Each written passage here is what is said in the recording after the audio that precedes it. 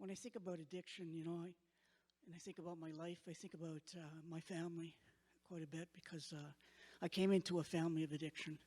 Addiction's a pretty horrible thing, and it did a lot to my family, and there was a lot of damage done. And so I saw my family, first of all, really damaged by addiction. As a child, I saw that right off the bat. Came into that family and seeing it. And so my mother's entire family were Irish Catholics, and they were very, very impacted by alcohol. And so was my father. And so both parents. And it went back farther than just my parents. So it was multi-generational addiction to alcohol. And so I grew up in that home, and that's predominantly what I saw. And what I seen and what I understand about addiction, as it affected me as well, is how much it takes away from us as human beings and our ability to be caring and loving and just being able to relate to each other and being human beings, being able to be loving and feeling people. So my father, for instance, for one, he was involved in crime. Not only was he an alcoholic, but he was very, very involved in crime and left very early in the very beginning, and left my mother alone, raising 3 children, and a lot of bitterness, and with her alcoholic family. And so we saw a lot of that growing up. We just saw a lot of the destruction that does. And it's funny, even watching that as a child and really seeing that damage, it didn't stop me from becoming part of that world as well. And it's because of the pain that's caused by that inside of a family. Everyone is harmed. Everyone is harmed. And you're harmed so deeply by it. So I was harmed very, very deeply by my family's addiction. And I was the last child of my family. And I was not wanted because I came in at that time when that marriage was falling apart, the last thing my mother needed. And rightly so, when you take a look at it, I can look back and see why that would have been. So I don't hold that against her. I can see why that she just didn't need me at that time. But it really made me feel a lot of pain and a lot of hurt. And when I look at addiction, that's what we look to do, to bury the feelings that we can't deal with. And I couldn't deal with the way I felt. And that's really big for me, for when I look at where my addiction comes from. I could not handle the way I felt about myself or my life. I went to school. I didn't feel like I could fit in because I thought, if my own mother can't love me, how could anyone ever like me? It's not possible. And so there's a lot of shame in that. And how do you manage shame?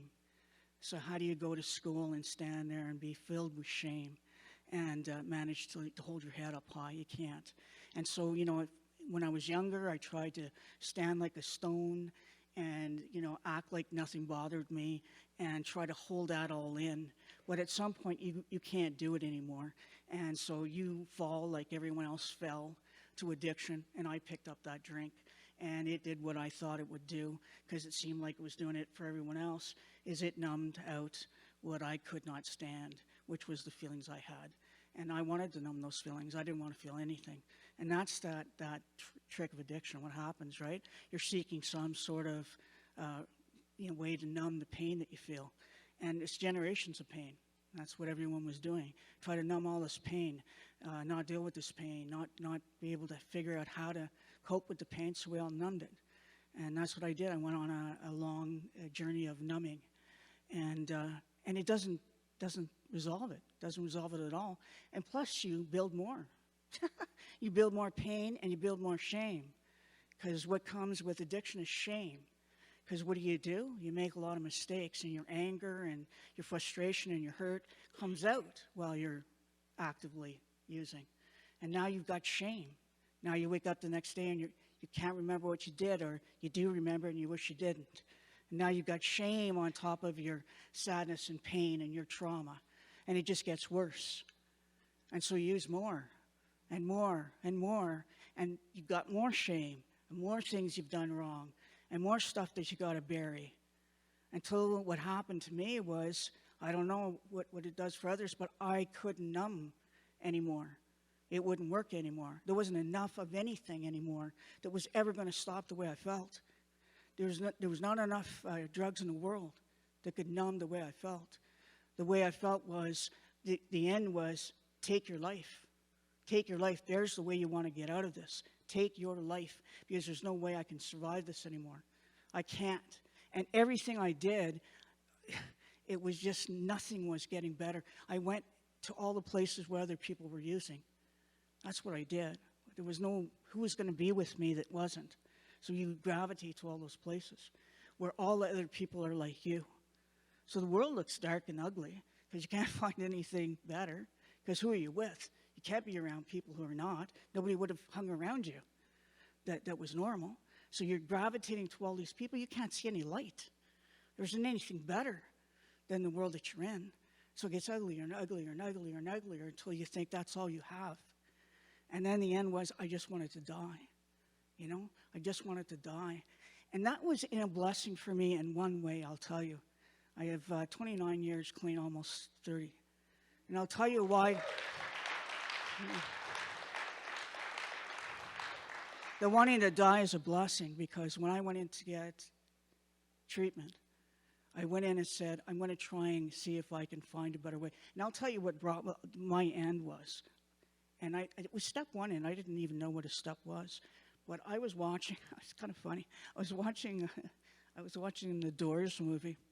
So I was watching Jim Morrison descend into the depths of his despair in that movie as I was getting more and more lynched while I was watching it. And I remember just feeling horrible.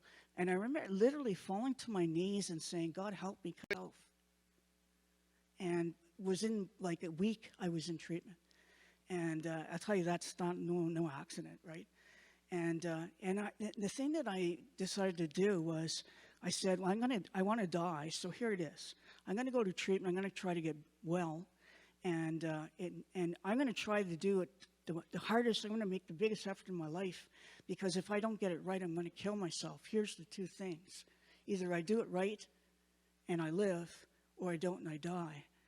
And that's the thing that kept me clean all this. I never relapsed. I went to treatment. I never relapsed. So in 29 years, I never relapsed. Because what I said was, I either get it right or I go back to using and I die. And so I did everything everyone told me. I did every damn thing they told me to do, because I knew this was my life. And it's the greatest decision I ever made, the greatest education I ever got, the greatest gift that I was ever given, and the most incredible lesson in life I've ever gotten, and all those beautiful things that come with it. You know, a belief in a higher power, God. The belief in God. You know, I came out of a Catholic background, and believe me, it wasn't pleasant. There was nothing nice about that, what I grew up with. But, I mean, I got my spirituality back. I got the love of God back. I can say that honestly. I got forgiveness back. I love my mother incredibly today, and with the love of all my heart, regardless of what she went through. Somebody said hurt people. I got that completely. And I was able to forgive all of my family members. The program of recovery is the greatest gift one can ever have. We are able to give things to people. We're lucky. You know, my journey out of darkness was the greatest gift God could have ever given me, because I know things that other people don't, who have had no difficulty in their life. So although difficulty is hard, it is also a great teacher. And we are the luckiest people, I think, because the journey that we're given has given us many gifts, and aren't we able to give them back? And I just want to say, 12 people in recovery, you're in the greatest company of others that you could possibly be in. And I celebrate you all. Thank you.